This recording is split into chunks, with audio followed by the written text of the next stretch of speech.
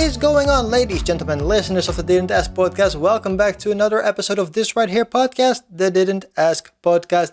Welcome back to episode 74, or welcome, I should say. If this is your first time, how is everybody doing? I hope you had a good weekend. I certainly did. It was nice and sunny out. Didn't really enjoy much of it because I get hot very easily. So I try to stay within the shadows, lurking in the shadows, preying on the weak, like Helmut Boy would say. How is everybody doing? Man, this weekend, it was a fun weekend. I am really getting back into professional wrestling, which sounds fucking weird because I've been watching professional wrestling for the past 9 years or whatever the fuck it is, or 10 years at this point. But Vince McMahon is gone, which means that there are so many things changing right now, and everything is so exciting. It is so much fun to now finally get back into the actual thing that is wrestling.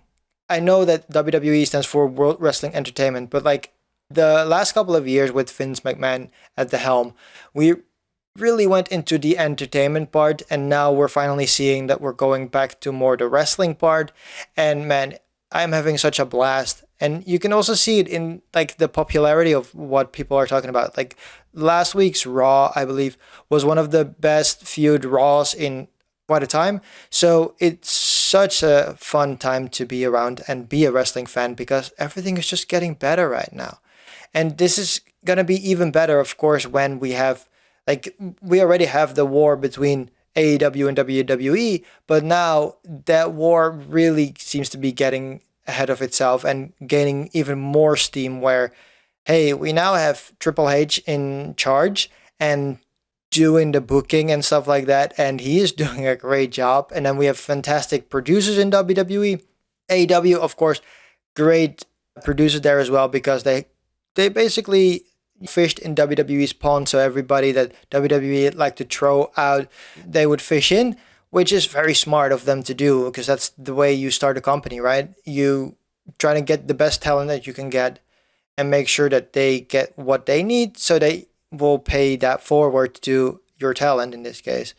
So it was such a fun time. Again, it is such a fun time to become to be a wrestling fan, I should say. And again, it makes me want to watch wrestling again.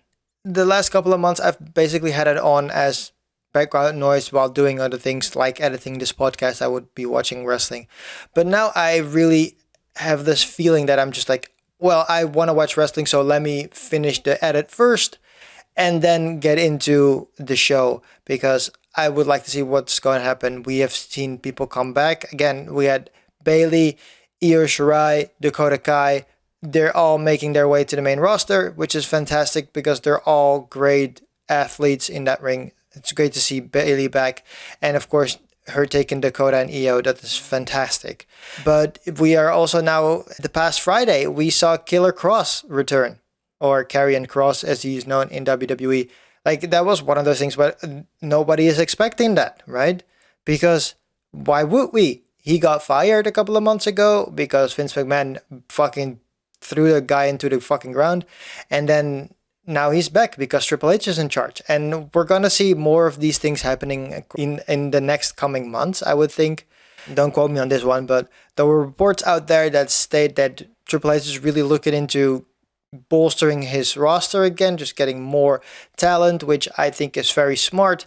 We always have that thing where I do agree that sometimes your roster gets a little bit too big, and then you have guys just sitting in catering, and I agree with that. But I also like the fact that, hey, we're getting into new storylines. We're getting new talent in at certain points on the card because we have seen Seth Rollins versus Roman Reigns so many times. We have seen now Brock Lesnar versus Roman Reigns headline 3 WrestleManias, I think it is. So it's fucking crazy that we're still going back to those stories. So I'm very excited for Karrion Kross to be back in that mix and, stir things up. I'm not a big Karrion Kross guy, not a big fan of him, but I think that he could bring such a fun aspect back to what professional wrestling is. And I like that they gave him his old gimmick back because, of course, when he got called up before, he fell under Vince McMahon's guidance, and that turned out to be absolute fucking shit. He was dressed like a guy from fucking Beyond Thunderdome or something like that. Like it, it was absolutely horrible. He looked like a weird gladiator with a fucking gimp mask on, and why WWE? Why? Like Vince has a very good tendency to get something and then just fucking ruin it, and for some people that works, and for some people it doesn't, and I want to say for most people it doesn't at this point. And then, because this is something that Freddie Prinze Jr. has said, and Freddie Prinze Jr., if you don't know, is a Hollywood actor, but he used to write for WWE as well, and he has had, of course, conversations with Vince because of that. And he said that, yeah, Vince McMahon is very much a guy that gives you shit and looks at you and see how you deal with it and what you do with that. While most companies, like I said with AEW, are just like, hey, you are good at your job, so I'm gonna give you everything you need to do your job even better. So Vince McMahon is basically doing the complete opposite. He's like, I'm gonna give you as much shit. I'm gonna give you stones, and you have to just figure out how to make money from that. Which, on one side, I get, and it is a good thing to do. On one side, because you want to have them sink or swim, right? So you give them as little as possible and see if they rise to the top. If they do, they are there to stay, and if they don't, you can fire them and you get over with. But I think that there needs to be like a nice middle point in that. So we don't have to give them everything and give them the world, because we see how that worked out for Roman Reigns, and it didn't really work out that well. But I don't think that you should be like, hey, here's a shitty gimmick, just make it work, and if it does, you can figure it out. Because I feel like this is something that happened with Dewdrop as well, who got the name Dewdrop, and it was like a, hey, figure it out, you're Dewdrop now, you can do it, whatever the fuck. But that didn't work out, and then what happened to Dewdrop? She's now just somewhere lost in the fucking women's division that barely exists, right? So it's weird where you have a division that barely exists and you can barely know who Dewdrop is because it's not interesting whatsoever, because this is not her character. Well, I'm going to stop talking about WWE. Let's get into the questions, because that's why you're here. It's the Didn't Ask podcast. So let's jump into the first question, coming from user Brosayan04, and they ask, you only have 60 seconds left before the Earth is nuked. How are you spending the last minute of your life? I would probably panic. But the thing is, like, it depends on the situation. Do I know that the Earth is getting nuked in 60 seconds? Because if I do, then the answer would probably be panic. And if I don't panic as much, I will probably just, have a wank, because that's the final time we're gonna do it. And we're gonna make sure we're getting into hell, right? That's what we're doing. So yeah, I don't know. The thing is, like, if there is like an Amber Alert or like a fucking alert going off saying like, hey, you have 60 seconds to live before a fucking asteroid or a nuke hits, I will probably just be like, okay, what the fuck? I'm gonna be panicking, and I'm gonna just be like, okay, well, I guess this is it.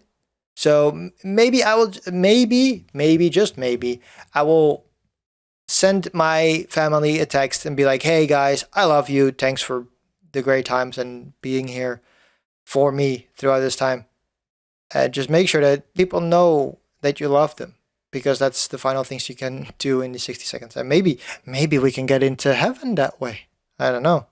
Even though, again, we're talking, this question wasn't about religion, but I'm going to talk about religion because that's what I do. I still think that the heaven hell thing is fucking dumb. Don't want to worry about that shit. So I'm not going to. So yeah, going to a question asked by user Brosayan04. You only have 60 seconds left before the Earth is nuked. How are you spending the last minutes of your life? Again, it will probably be mostly panicking, and I'm probably texting my family members to be like, hey, I love you guys. That's all I wanted to say, I guess. And see you in the afterlife. But the funny answer would, of course, be, have a wank, because, I only need 60 seconds. Huh? Yeah, no, that wasn't that funny. Okay, thank you for your question, Brosane.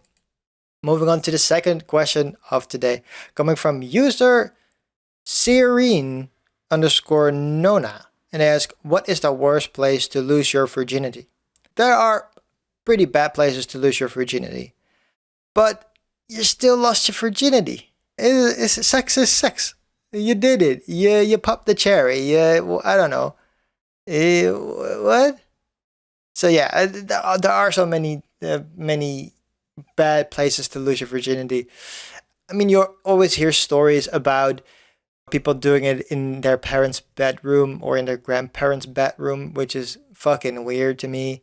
So that would be up there for me as one of the worst places you could lose your virginity. But at least it's like a bed, so that's kind of nice, I guess. Then I was thinking about this thanks to Team Tiger Awesome. If you don't know, look them up. They make some fun shows and stuff, and they had a podcast series where they would do these creative writing assignments, I should say. I think that's the thing, where they would pick they have like a list of things all numbered between 1 and 69 or whatever the fuck. And then they would have like a subject, a goal, and then something that happens or something like that. There were like categories, and then they would each pick a number. And then with those things that rolled out of those numbers, they would write a story. And then one of the guys, Nick Mundy, he would always write, because they would write erotic. I need to make sure that is the actual thing. They wrote erotic fiction, right? And in every fucking story that he would tell, he would go, and they fucked in the garbage.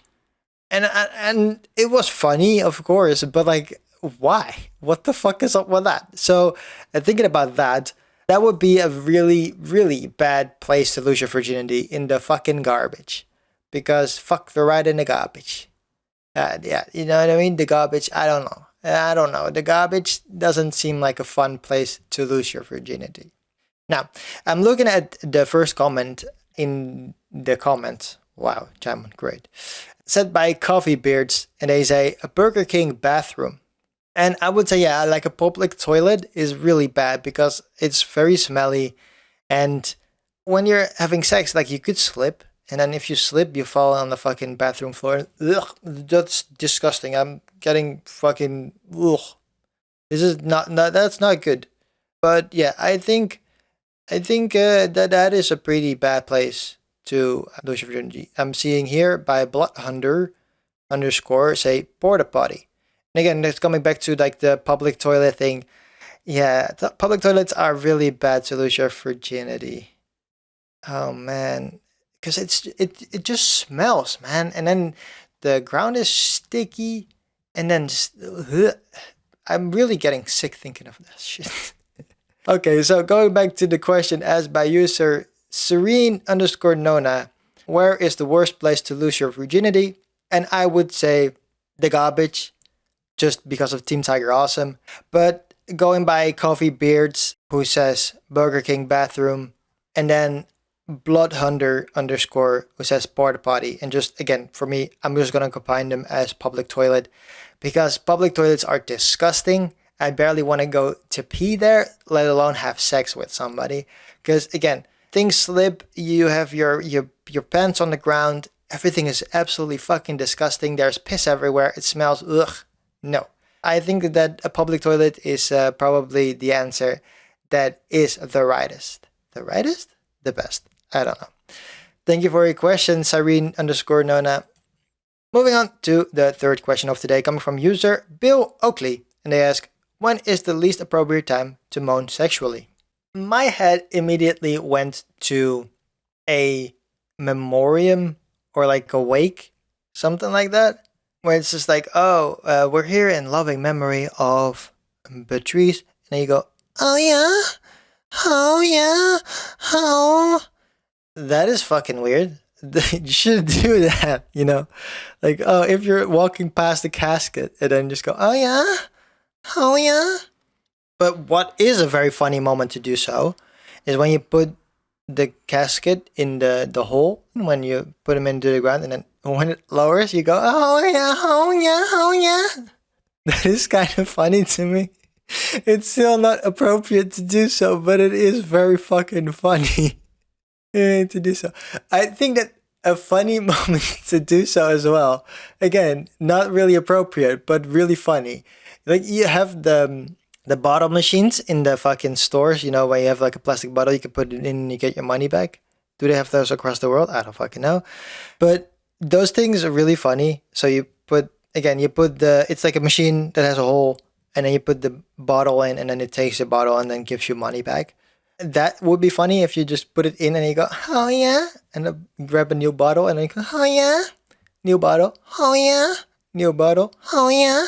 That would be really fucking funny to do. And if I was a YouTuber, I would definitely make that a fucking video because that's fucking hilarious. But yeah, I think that at a funeral, something awake is really bad and inappropriate time to do so.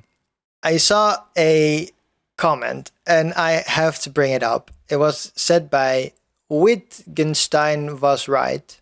I don't know what that means, but they say prostate exam, but then the reply makes it funnier. And it is Simon76P who says, especially if you are the doctor. Just think about that. You're getting a prostate exam and the doctor just puts his finger up your ass and then goes, oh yeah, oh yeah. That's fucking weird and that's really fucked up. So, going back to the question asked by Bill Oakley, when is the least appropriate time to moan sexually? Again, my first thing that came to my mind was a funeral or a wake, something where you're burying somebody and then you go, oh yeah, that's fucked up. That's weird. Don't do that. And then Wittgenstein was right, combined with the comment of Simon76P, a prostate exam, especially if you are the doctor. Thank you for your question and thank you for your answers. Moving on to the fourth question of today, coming from user gaping __ hole. Non-Americans of Reddit, what is American thing you've always wanted to try? There are some American things that I want to try. Not many though, I think. Like, while it's not very American, on the other hand, it is very American. I've seen people shoot guns and I kind of want to do that too. Just go to a shooting range and just shoot some bullets. I think that it sounds very fun in a sense to just go to a range and then just empty a clip and then just that's it. So when I go to the US eventually in some time, I will probably try and do that. Maybe if that's a possibility, because we wanted to do that the last time we went there, but we didn't because I think we were too young and we didn't really have time to do so. But yeah, if we're going, I kind of want to do that. And again, it's not necessarily an American thing, but it is kind of American, I guess, since you guys really like violence. I see this comment by Anhung OC 1508, and they say national parks, and that's a very good thing. Yes, that's a very good point because I never really went to the national parks.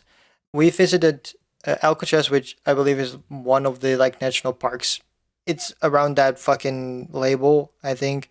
And then we went to Caramel by the Sea over there, where you have like the 7 mile, whatever the fuck, which like that I believe that is classified as a national park as well, or at least like a national monument, something like that.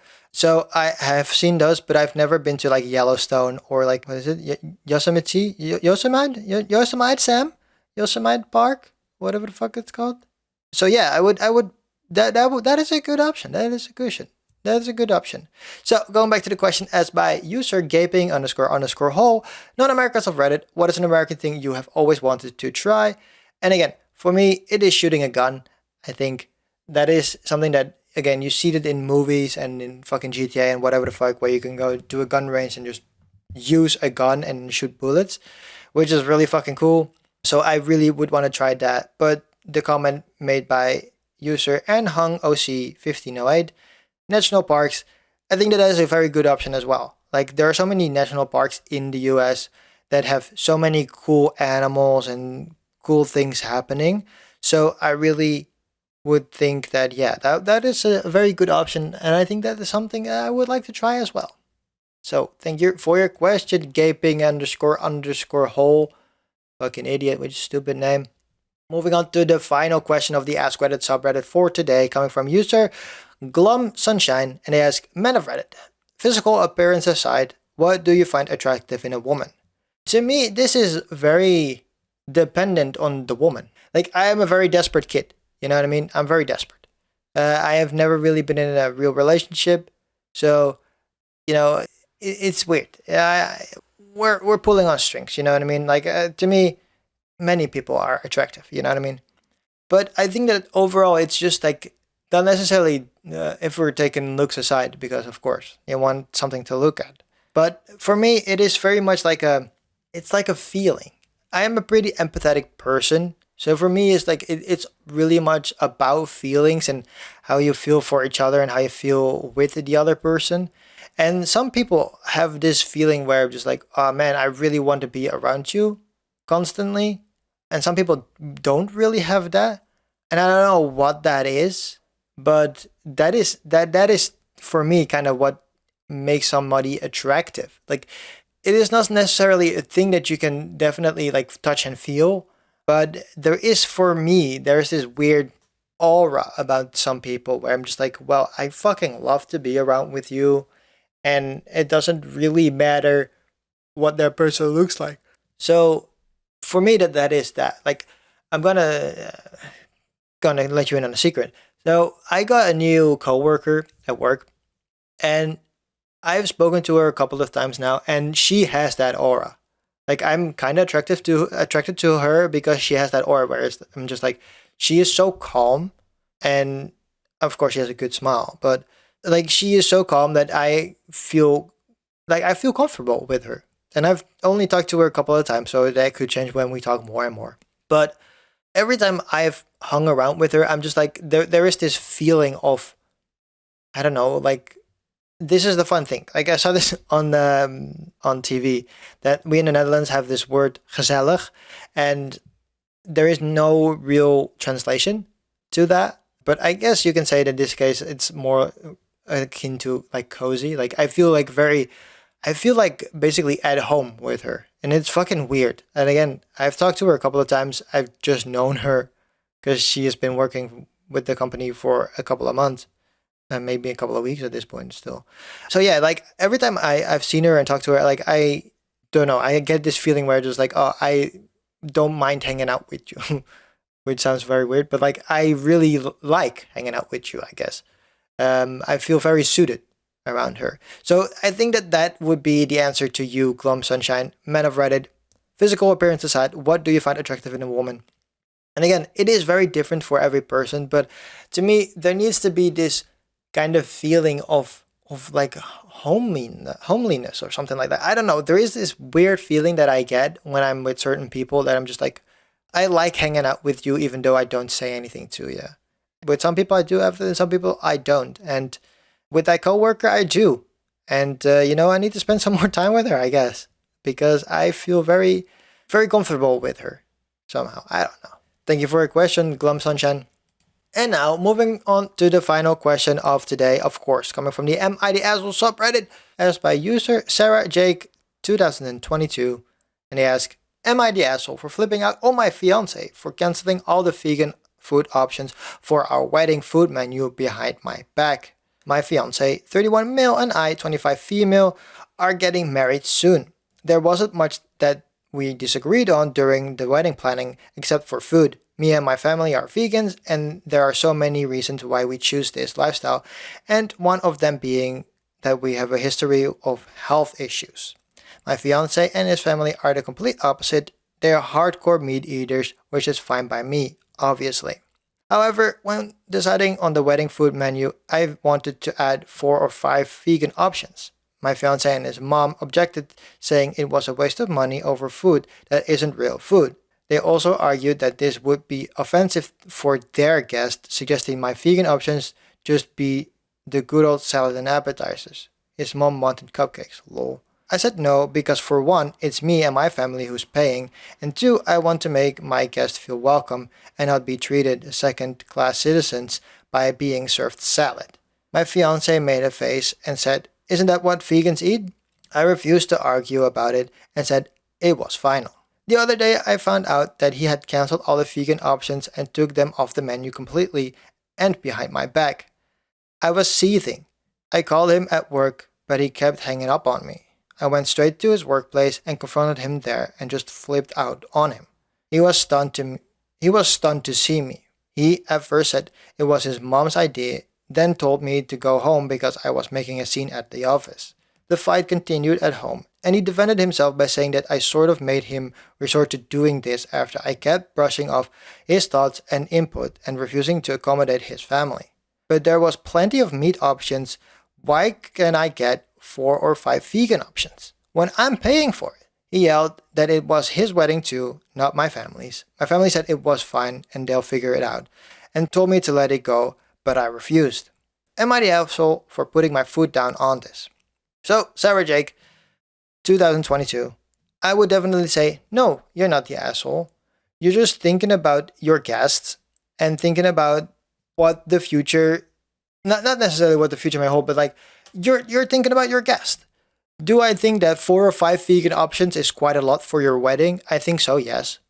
I think that you should have maybe make it like 2 or 3, because 5 seems a bit much for a wedding, especially when, normally speaking, for a wedding, don't get me wrong, I'm gonna go to a wedding next month, so we're gonna find out. But normally for a wedding, you have like maybe like 3 options for like a main course, where it's like you have chicken, fish, or like a steak, something like that. And then in this case, you might add 1 or 2 vegan options. So then you have 5 things in total. Having 4 or 5 vegan options seems a bit much to me. But then again, I am not vegan, even though sometimes vegan food is really nice sometimes when you're figuring things out. So I would say, first off, you're not the asshole. Definitely not the asshole. Let's get that clear. Do I think that there is like a midway point between you two? Yes, of course. But yeah, if there is an option to add 4 vegan options, then I don't really see what the issue is. Again, I do get why he would be kind of upset, but you're saying that you're paying for it yourself, so I don't really see what the option is. And then, yeah, him saying that you are not accommodating to him by just flat out not listening to him, I feel like that's a bullshit fucking thing. If your husband or fiance in this case, still, if he's not taking this situation seriously, then sometimes I'm just like, what the fuck is the option then? Because I get that he's a hardcore meat eater, but I feel like it's easier to accommodate meat eaters than it is to accommodate vegan eaters. Because you just fucking give meat eaters a fucking steak and they're fucking happy. That's how I am as well. Like, give me a steak, some fucking fries, and I'm good. Don't have to deal with anything else. So, having those vegan options on the menu is very important, especially when you're saying that your family is vegan. So then I don't really understand where your boyfriend is coming from, because there is no real reason. Like, if it was like, oh, hey, I just want to have 3 vegan options and nobody in your family is specifically vegan, then I can understand, like, hey, maybe that's not the smartest idea. But knowing that the family is vegan, knowing that the family doesn't eat meat, that's reason enough for me to be like, okay, we're gonna add a vegan option, at least 1, maybe 2, maybe 3. Again, 4 or 5 seems a bit much when you have to make sure that that food is ready and it needs to be warm and needs to be heated and whatever the fuck. So 4 or 5 seems a bit much, but like, again, having 2 or 3 options doesn't seem like much of a luxury when it comes to food. If it's really about the money for him and he is paying for it, then the thing that you can do is you can send out the menu to your guests beforehand. Make sure, like, hey, what do you want? So we're gonna make sure that that is ready for you. Then get all the fucking orders in right now so that you don't have to worry about that at a later point. And then you're basically saving money because you don't have to have 5 options when the people that you're inviting have said that they only want 1 of 3 options. So then you can leave the other 2 out, so save you some money, and that everybody has food that they wanted. So that is also an option here. But if I go back to your question, Sarah Jake 2022, am I the asshole for flipping out on my fiance for canceling all the vegan food options from our wedding food menu behind my back? And I would say, definitely not the asshole. I feel like you're justified in doing so. Again, you have said flat out that your family is vegan, and that's why you have the vegan options. You're vegan yourself, by the way, so that's something that I didn't even mention in this whole fucking diatribe. But you are vegan yourself, so I think that your husband needs to be, a future husband, needs to be a little bit more considerate for that to begin with. So yeah, you're definitely not the asshole. Do I think that 4 or 5 vegan options is a bit much? Yes. So if you can bring it down to 2 or 3, I think that that would be better and maybe easier for him of a pill to swallow. But I think that overall, yeah, you're definitely not the asshole. And I think that you did very right to be flipping out on him, especially because he went behind your back. Thank you for your question, and I hope you figured this shit out. And that is going to be it for this week's episode of the Didn't Ask podcast. I hope you enjoyed it. And if you did, please leave a rating on Apple Podcasts or Spotify, because both places give you the ability to leave a rating. And that is really going to help this podcast in the future. If you want to know where this podcast is available on, you can go to anchor.fm/didn't-ask-pod. That link will be in the show description as well. Over here, you can find all the places this podcast is available on, like Stitcher, like Podcast Addict, like Pocket Cast, like Spotify, like Apple Podcast, like Amazon Podcast, you name it. This podcast is there. If it's not, please let me know. You can also do that on anchor.fm/didn't-ask-pod. Over here, there's a button that says message, which gives you the ability to record a voice memo for me. If you want to ask me a personal question, you can use that button as well. And I will use your clip in this right here podcast. If you don't want your voice to be heard on this right here podcast, I can totally understand that. Just say that somewhere in your message and I will read the question out myself so I can still give you the answer you are looking for. Well, that's going to do it for me for this week. I will be back next week, and if you want to know what I'm doing in the meantime, you can go to track.tv. That link will be in the show description as well. Over here, you can see all the TV shows and movies that I'm watching, and there are quite a few that I'm watching currently. I'm going to watch Hulk today, The Incredible Hulk, not the first Hulk, The Incredible Hulk today, so that's going to be fun. We're watching Westworld, watched the episode last night, fucking fantastic. I'm continuing to watch Below Deck because we're getting more and more seasons, and oh my god, if you want to know what I'm watching, go to track.tv. That link will be in the show description as well. Okay, that's all for me for this week. I hope you had a good time, and if you did, please leave a rating. That's gonna do it for now. I hope to see you back next week. Thanks for listening. Goodbye.